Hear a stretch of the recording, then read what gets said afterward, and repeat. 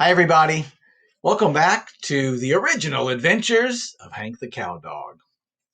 In our last chapter, Hank had gone out carousing with a couple of his coyote buddies, Rip and Snort. And who did they run across? But old Drover. And when Drover saw Hank, he was really surprised because he thought Hank had already left the country. But then he begged Hank to come back to the ranch. Hank said no way. They had already abused him and been ungrateful towards him, and he was not coming back. He was living the life of an outlaw. And Drover was just very disappointed. He had lost his hero. And I think that Hank felt kind of bad about that too. So they went their separate ways. Chapter 10 is called Aged Mutton. Mutton is uh, lamb. Well, it must have been a couple days later that I was sitting on the edge of the cap rock, sunning myself, looking off in the distance.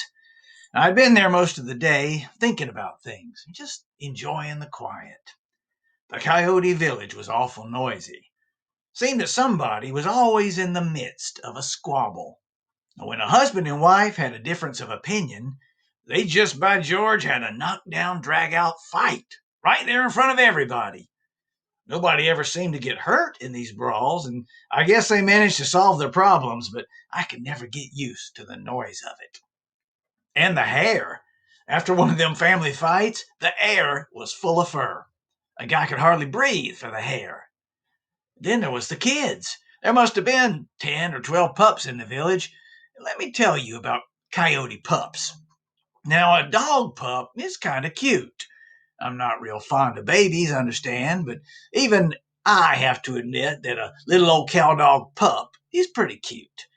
He'll be fat as a butterball and covered with silky hair, and when he looks up at you with those big soft eyes, you can't help but smile and say, "How's it going, kid?" Well, coyote pups, they ain't cute. They look mean. They sound mean. They act mean. And fellers, they are mean. They got two jaws full of teeth that are sharp as needles. And their idea of good, clean fun is to slip up behind some unsuspecting somebody, me for instance, and just bite the heck out of his tail. As a rule, I'm a pretty good sport. I was a kid once myself, and I got into my share of mischief, but I can't get used to people biting my tail. I mean, there's something kind of special and private about a guy's tail. If he's got any pride at all, he tries to keep it nice.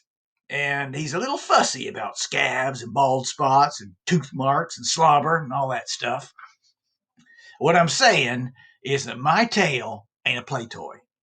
But these kids, they sneak up behind me and sink their little needle teeth into my tail. First few times, I just growl at them. "Here, y'all go on, get out of here." Didn't work. Coyotes are a little slow about taking a hint. They came back and did it again. So I took sterner measures, cuffed one of them. Know what he did then? He bit me on the paw. Well, I wasn't going to take that off a darn kid. So I bit him on the scruff of the neck. And he somehow worked his way around and got a hold of my left ear. That got me all inflamed, don't you see? And I put the boy on the ground and was spanking some manners into him when his mama walked up. "You brute! Leave my Junior alone!" "Huh?" I looked around just in time to get slapped across the mouth. "There, bully!" I suppose I shouldn't have slapped her back, but I did. Whomp! Right across the nose. Well, maybe you can teach that boy some manners. Whoop! Chicken dog! Whop! Wild hag! She burst into tears and went bawling to her husband, saying I was just an animal and had beat up her danged kid and called her a wild hag. Turned out she was Scraunch's woman, and here he came, all humped up and hair raised and yellow eyes a flaming. Well, I'd taken about all I wanted off Scraunch and his family. I was ready to go into combat. But Missy and her father jumped in between us and averted a civil war. But the incident didn't do much to improve my relations between me and Missy's brother. I had a feeling that sooner or later we were going to have a showdown.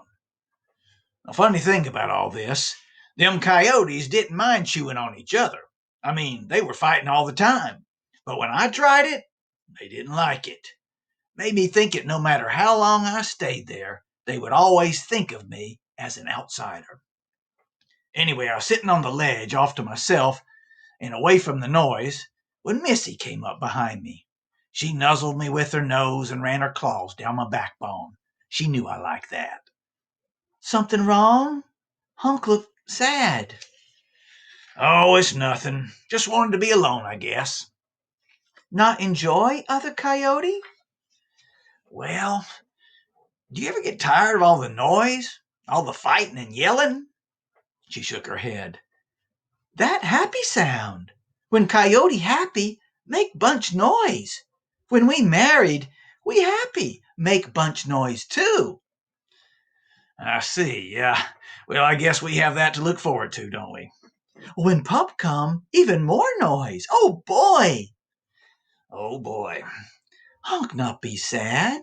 Missy have something make Hunk feel good. We have feast, special food just for Hunk. Well, I followed her into the village. We went to her parents' den. They were sitting out in front. The old lady was pulling cockleburs out of the chief's tail. Missy asked her mother if she would prepare a special meal just for me. She said she would.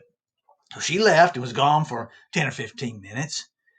I tried to make conversation with the old man, but it wasn't easy. He started talking about the old days, about a time when he went a couple of rounds with a skunk.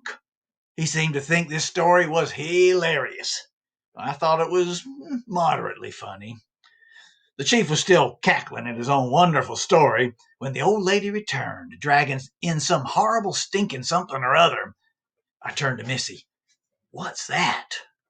Aged mutton. Aged mutton?